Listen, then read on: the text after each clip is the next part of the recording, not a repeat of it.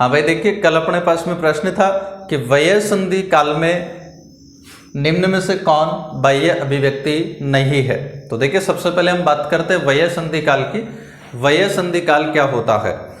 तो देखिएगा, बालक जब किशोर अवस्था से युवावस्था में जब प्रवेश करता है तो उस समयांतराल को हम लोग कहते हैं वयः संधि काल। अब इस वयः संधि काल में बाह्य अभिव्यक्ति, अब बाह्य अभिव्यक्ति क्या होती है? बाहर के परिवेश को देख करके जो बालक क्रियाएं करता है उनको हम लोग बाह्य अभिव्यक्तियां कहते हैं, और बालक के अंतर से जो उत्पन्न होती हैं उनको हम लोग आंतरिक अभिव्यक्ति कहते हैं। तो हमें यह बताना है कि इनमें से कौन बाह्य अभिव्यक्ति नहीं है। तो सबसे पहला आपके पास में है प्रभुता या सत्ता का विरोध। देखिए, बालक किसी भी सत्ता का विरोध जब करता है या तो उसमें जो उसका जो मुख्य कारण होता है वो कहीं ना कहीं बाह्य परिवेश होता है। बाह्य परिवेश को देखकर ही बालक किसी सत्ता का विरोध करता है। जैसे उदाहरण के लिए देख लीजिएगा, मैं आपको बताऊं, परिवार के मुखिया का विरोध करना बालक के द्वारा, ये भी एक सत्ता का विरोध है। और उस मुखिया का विरोध बालक क्यों करता है? बाह्य परिवेश को देखकर। बाह्य परिवेश को देख करके कैसे? जैसे मान लीजिए वो किसी एकाकी परिवार के बच्चे से मिलता है। अब वो एकाकी परिवार का जो बच्चा होता है वो उसको एकाकी परिवार के फायदे बताने लगता है। अब उस बच्चे को क्या लगता है कि मेरे साथ तो बहुत गलत हो रहा है। इस वजह से वो क्या करने लग जाता है? अपने परिवार के मुखिया का विरोध करने लग जाता है। और जैसे मान लीजिए सत्ता में हम लोग जैसे मान लीजिएगा, अगर सरकार की भी बात कर सकते हैं तो सरकार, किसी भी सरकार का विरोध करना, ये भी बालक को बाह्य परिवेश से मिलता है। बालक को आप बताया जाता है, कहीं ना कहीं से ये बताया जाता है कि वर्तमान सरकार जो है ऐसा ये जो कार्य कर रही है ये ठीक नहीं है। पिछली सरकार जो कर रही थी वो काम इससे बहुत अच्छा था। इस वजह से बालक क्या करने लग जाता है? उस सत्ता का विरोध करने लग जाता है। तो जो सत्ता का विरोध करने की जो प्रवृत्ति बालक में उत्पन्न होती है वो कहीं ना कहीं बाह्य परिवेश से उसके अंदर उत्पन्न होती है। तो जो सत्ता का विरोध है ये एक बाह्य अभिव्यक्ति है। दूसरा इसमें है अशांति। अशांति बालक में कब उत्पन्न होती है? देखिएगा, अशांति जो होती है ये भी बालक में बाह्य परिवेश से ही उत्पन्न होती है। बाह्य परिवेश से किस प्रकार उत्पन्न होती है? जैसे मानिए बच्चों का एक समूह था, अब उस समूह में से एक बच्चा उनसे बहुत आगे निकल जाता है। तो जो बच्चा उससे पीछे रह गया उसके मन में एक ग्लानि होती है कि मेरा एक साथी मेरे से बहुत आगे निकल गया, जबकि मैं मेहनत करते हुए भी उससे पीछे रह गया। इस वजह से उसके मन में अशांति उत्पन्न होती है।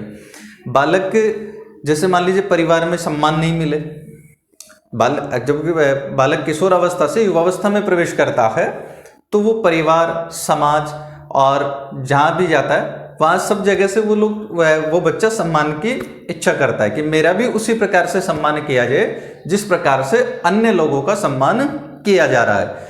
अब जैसे मान लीजिए अगर किसी बालक को सम्मान नहीं मिल पाता है तो उस बच्चे के मन में अशांति उत्पन्न होती है कि मेरे को सम्मान क्यों नहीं मिल पा रहा जब दूसरे व्यक्ति को मिल पा रहा है। तो उस समय पर रोजगार नहीं मिल पाना ये भी बालक में एक अशांति का कारण होता है।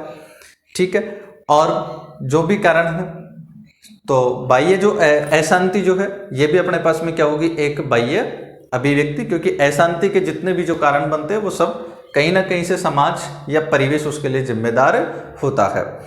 तीसरा आपके पास में है आत्मनिर्भरता के प्रति आग्रही। बालक को जो आत्मनिर्भर बनने की प्रेरणा है ये भी उसको कहीं ना कहीं समाज या परिवेश से ही मिलती है, उसके अंदर से उत्पन्न नहीं होती है। जब वो देखता है समाज में, जब वो देखता है कि एक व्यक्ति जो आत्मनिर्भर है उस व्यक्ति को सम्मान, समाज में कहीं ज्यादा सम्मान मिल रहा है बजाय उस व्यक्ति के जो आत्मनिर्भर नहीं है, तो जब वो ऐसी बातें जब समाज में देखता है तो उसका परिवार, उस साथी में उसका परिवार भी उसको एग्जाम्पल से देता है। आप लोग देखते होंगे, जैसे आप ग्रेजुएशन में एंटर करते हैं तो परिवार के लोग आपको एग्जाम्पल देने लग जाते हैं कि फला लड़के को देखिए, उसने ऐसा कर लिया, तुम भी ऐसा कर लो, तुम्हारी ज़िंदगी सुधर जाएगी, पढ़ लोगे, अच्छा नौकरी कर लोगे तो तुम्हें कोई सम्मान देगा, नहीं तो तुम्हें कोई सम्मान नहीं देगा, तुम्हारी शादी नहीं होगी। ऐसा एग्जाम्पल भी अक्सर लोग दे दिया करते हैं। तो ये जो आत्मनिर्भर बनने की जो प्रेरणा होती है ये भी बालक को कहीं ना कहीं समाज से बाहर से मिलती है, उसके अंदर से उत्पन्न नहीं होती है, इसलिए ये भी क्या है? एक बाह्य अभिव्यक्ति है। और चौथा आपके पास में जो है सक्रिय खेलों के स्थान पर अधिक स्थान पर बैठे रहकर खेलना अधिक पसंद, ये उसकी आंतरिक अभिव्यक्ति है। ये आंतरिक अभिव्यक्ति कैसे? ध्यान देना भाई, खेलने की जो प्रवृत्ति है वो उसकी आंतरिक एनर्जी पर डिपेंड करता है, उसकी आंतरिक ऊर्जा पर निर्भर करता है।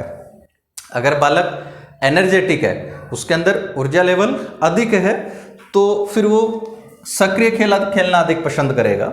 जबकि अगर ऊर्जा का स्तर उसमें अगर थोड़ा कम है तो फिर वो बैठे रहकर खेलना अधिक पसंद करेगा।